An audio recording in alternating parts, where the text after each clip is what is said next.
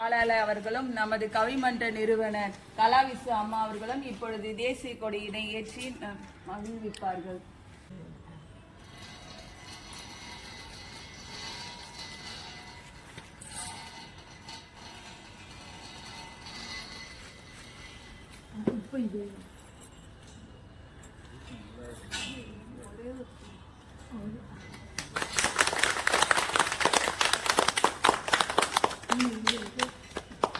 வணக்கம்.